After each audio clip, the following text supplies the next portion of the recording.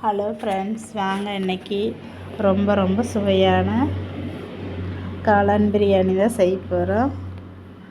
1.5 packet காளான் எடுத்து clean பண்ணி வச்சுக்கிறேன். குக்கரில் எண்ணெய் விட்டு பட்டை, கிராம்பு, சோம்பு, லவங்கம், பிரியாணி எல்லாம், அன்னாச்சிப்பூ, மராத்தி மொக்கு, கல்பாசி இதெல்லாம் போட்டு நல்லா எண்ணெயில் பொரிஞ்சதுக்கப்புறமா லேசாக கட் பண்ணி வச்சு 3 பெரிய வெங்காயம் கட் பண்ணி சேர்த்துருக்கேங்க. பச்சை மிளகா 3 சேர்த்துக்கிறேன்.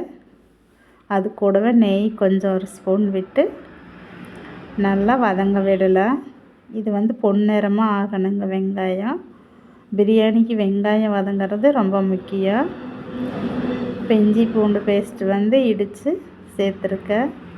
2 தக்காளி லேசாக கட் பண்ணி சேர்த்துருக்கேன். அப்போ தான் சீக்கிரமாக வதங்கு நம்மளுக்கு. குக்கரில் பிரியாணிக்கு தக்காளி இது எல்லாமே நல்லா வதங்கிடணும். அப்போ தாங்க சுவை நல்லா இருக்குது. நல்லா வதங்க விட்டுருங்க.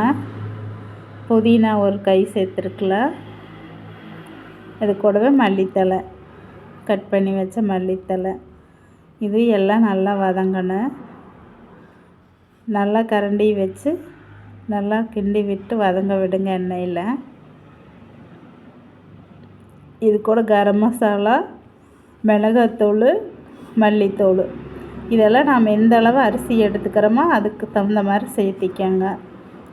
இப்போ கட் பண்ணி வச்ச காளானை இது கூட சேர்த்து நல்லா கலக்கி விட்டுறலாம். அரிசி சாப்பாட்டு அரிசி தான் எடுத்துருக்கேங்க. இதையும் கொட்டி நல்லா கிளறி விட்டுக்கலாம். பாருங்கள், பார்க்கலையே நல்லா இருக்குது. ரொம்ப பிரியாணி அரிசியில் தான் செய்யணும்னு இல்லை, நம்ம சமைக்கிற அரிசியிலேயே நம்ம செய்யலாம். ரொம்ப நல்லா இருக்குது சுவையாக.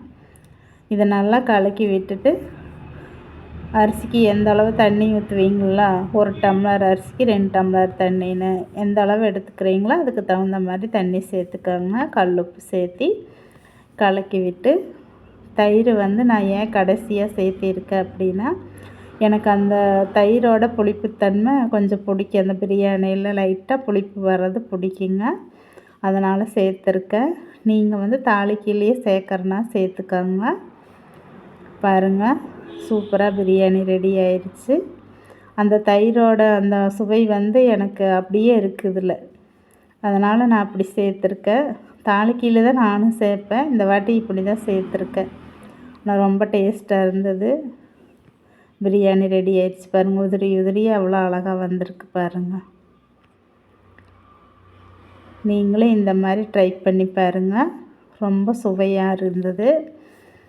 என்னோடய வீடியோ பார்த்ததுக்கு ரொம்ப தேங்க்ஸுங்க. வீடியோ பிடிச்சிருந்தால் லைக் பண்ணுங்கள், ஷேர் பண்ணுங்கள், கமெண்ட் பண்ணுங்கள். மறக்காமல் சப்ஸ்கிரைப் பண்ணுங்கள். லவ்வோட சமையுங்க. சமையல் சூப்பராக இருக்குங்க. தேங்க்யூ.